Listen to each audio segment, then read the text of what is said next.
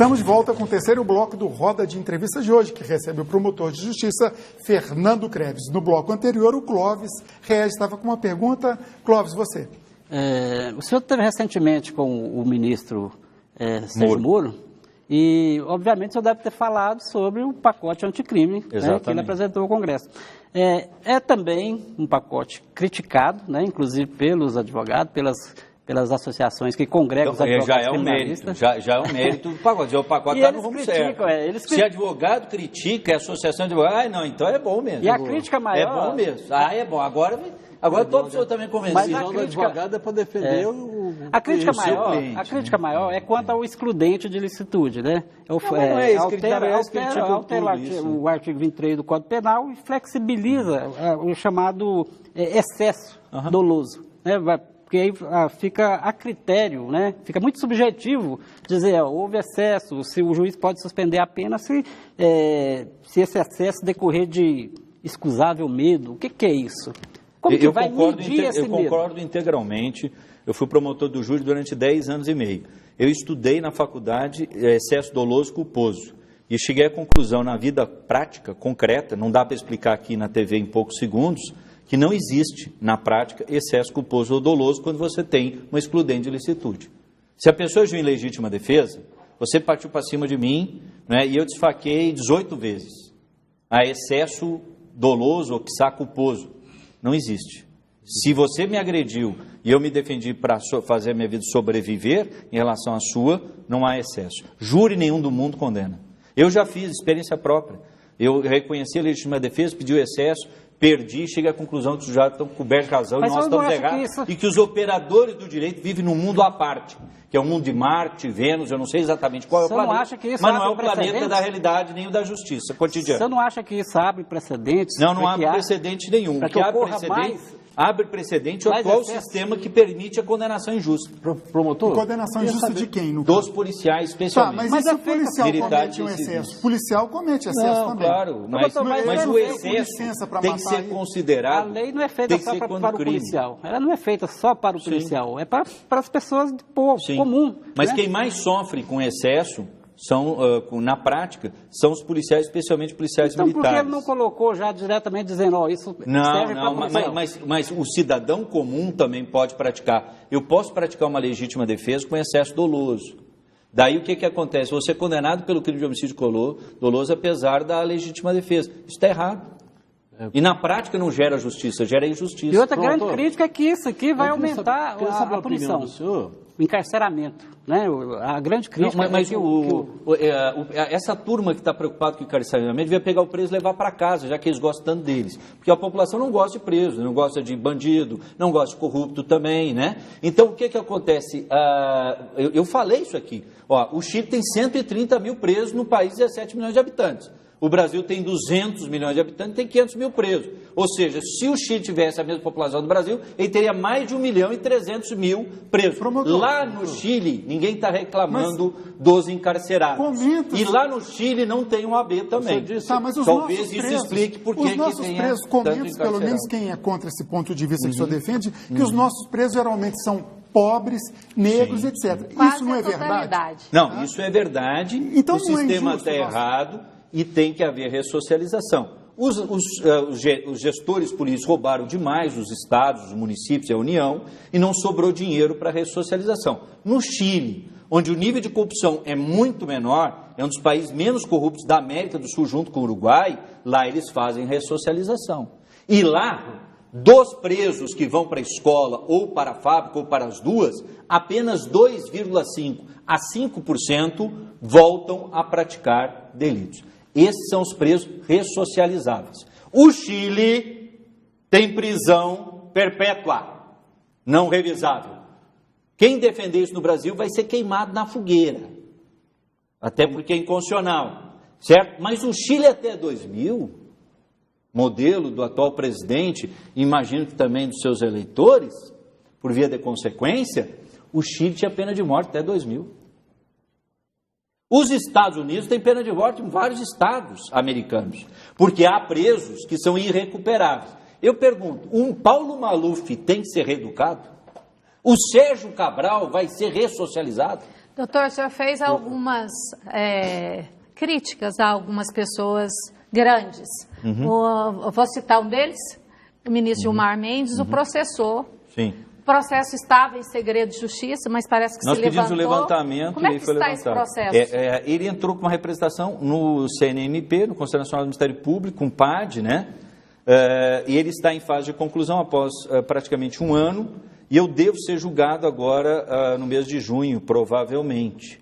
Não é? Eu estou pleiteando a minha absolvição, porque o que eu fiz foi uma crítica e não um ataque.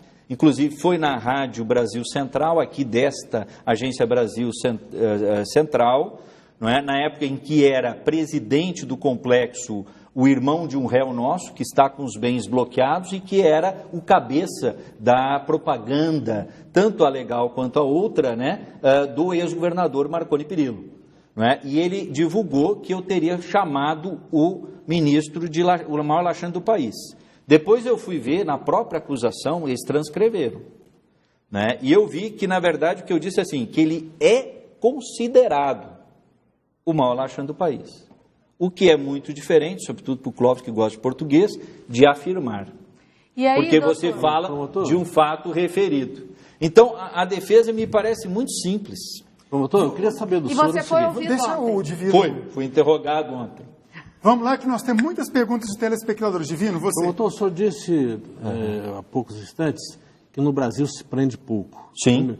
Eu me lembro que, voltando em 2006, quando eu colei grau no curso de Direito, naquela época já tinha a delegacia de captura aqui em Goiás, já tinha, me parece, 14 mil ordens de prisão e não conseguia prender porque não tem... Chegamos a 30 mil, né? Chegou a 30 mil. Mas não, por incompetência mesmo, porque o sistema não era informatizado e era no papel até hoje é. Bom, eu já conversei, inclusive, com alguns juízes. O seguinte, a pergunta que eu faço é o seguinte: se prender, se cumprir todas essas... Não tem onde colocar. Não tem onde colocar. Não, mas tem o Serra Dourada aí. Nós temos vários estádios de futebol. Mas aí vai lembrar o Chile, nós temos o Serra Dourada, o Uba, né? Claro, eu estou brincando aqui, né? Eu lembro bem, eu sou contra isso, o Estádio Nacional, nós tínhamos lá no Chile, quer dizer, claro, estou brincando, nós temos vários estádios. Até porque aí o Grêmio não poderia vir jogar aqui. Não poderia bater o Vila aqui. Daqui a pouquinho a gente vai falar de futebol. Olha só, muitos telespectadores, vamos dar uma corridinha aqui. Roberto Magalhães, ele é de Santa Helena, então já tem uma pista aqui. Por que não investiga a evolução patrimonial dos ex-governadores Marconi Perillo e Alcides Rodrigues? A pergunta do Roberto Magalhães Júnior, de Santa Helena.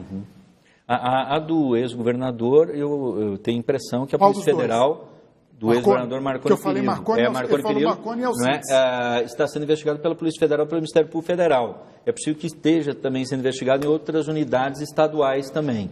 Não é? A do ex-governador Alcides Rodrigues, não é? Eu não tenho ouvido assim, parece que já era um homem rico antes de ser governador. Né? E o Estado não quebrou depois que ele foi governador também. Né? Ele... Não há tantas acusações assim contra o ex-governador Alcides Rodrigues. Agora, se a pessoa tiver denúncia para fazer, pode mandar para o Ministério Público que a gente vai atrás. Né? Mais uma aqui de um ex-aluno seu, o William, hoje ele é advogado, gostaria de perguntar se no encontro, o senhor teve um encontro com o presidente da República, é isso? Não, com o Moro. Com o Moro, né? Ele sinalizou a intenção de maior investimento e total independência do Ministério Público para que vocês possam trabalhar sem as amarras de perseguição política? Eu tenho certeza, nós não falamos sobre isso, né? Mas eu tenho certeza que o ministro Moro pensa dessa forma, até porque não tem cidadão mais crucificado que ele, o Deltan Dallagnol, por conta de ter acusado e outro ter condenado. E ele está otimista com o governo Bolsonaro? Eu não entrei em detalhe, a conversa foi uma conversa protocolar, né? Formal, não é? E me perguntaram depois como que era o estado de espírito dele. Eu não vou ficar dando chute. E acho que, obviamente, ele está vivendo também as dificuldades de ser ministro da Justiça, é normal. Né? Promotor, como é que funciona na cabeça do cidadão brasileiro, por exemplo, ao assistir no mesmo Tribunal Superior ministros que tomam posições diferentes em relação ao mesmo caso, ou a casos idênticos? Por exemplo, no Supremo Tribunal Federal tem ministro que mandou soltar o mesmo réu, dono de empresa, grandes empresários, várias vezes. Depois o cidadão era preso de novo e ele mandava soltar de novo e às vezes ainda reclamavam, não, mas não é possível, não é? Né, o primeiro nome desse ministro é Gilmar, né, da prisão, né? Eu queria saber por que isso acontece. A lei não é igual, há entendimentos diferentes. Por que isso acontece? É ruim quando um tribunal, os seus membros não acompanham as decisões do próprio tribunal. E aí a questão da decisão do cumprimento de pena na parte da segunda instância, tem vários ministros lá que não se submetem a isso, apesar de ter sido uma decisão do colegiado. Isso o Supremo vai ter que resolver, depõe contra o Supremo, e nesse particular faço minhas as palavras do ministro Barroso, que criticou essa situação, dizendo que o próprio Supremo acaba perdendo legitimidade junto à população, à opinião pública, à sociedade, porque ele acaba se autodestruindo. Pois é, tem advogado que a hora que vai levar uma ação lá para o já direciona. Direciona para a turma tal. Você sabe que aquela turma é mais flexível, né? Libera mais facilmente do que a outra turma. E pior que tem alguns ministros que aceitam.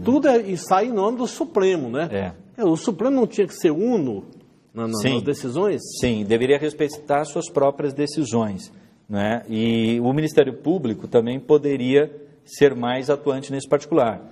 Eu tenho muita saudade do ex-procurador-geral da República, Dr. Rodrigo Janot, que era um homem muito contundente, né? Foi o melhor procurador-geral da República da história do Brasil. E o que você está achando da goiana Raquel Dodge? Eu não vou comentar porque ela vai me julgar. Então eu vou ficar em silêncio. O senhor, enquanto constitucionalista, como que o senhor viu esse inquérito do Toffoli? Uma aberração, né? É lamentável. Uma corte guardiã da Constituição. Lamentável, profundamente lamentável. Isso é muito grave. Isso se refere à tentativa de censurar a imprensa. Isso, né? Exatamente, é muito grave. A OAB apoiou, ela foi contra a censura da imprensa, porque ela tem medo da imprensa bater nela, mas ela foi a favor do inquérito. A Advocacia Geral da União também, que é lamentável, E quando o AB é a favor, a gente deve colocar dois pés atrás, né? E quando ela é contra, a gente deve avançar. Já estou vendo que quando aposentar, o senhor não vai advogar, né? Não, eu pretendo advogar, mas não vou ser candidato a presidente da OAB. Perfeitamente. Temos que ir para mais um intervalo. Último bloco, antes eu registro a ligação da Lígia Maria da Silva, que parabeniza o programa pela entrevista, em nome das minhas colegas da produção, a Norma e a Bruna, eu agradeço. E ela diz, temos que prender os corruptos e fazer com que o dinheiro deles, que eles roubaram, seja devolvido para a sociedade. Voltamos daqui a pouquinho para o quarto e último bloco do Roda de Entrevista, que esta noite conversa com o promotor de justiça, Fernando Kreves.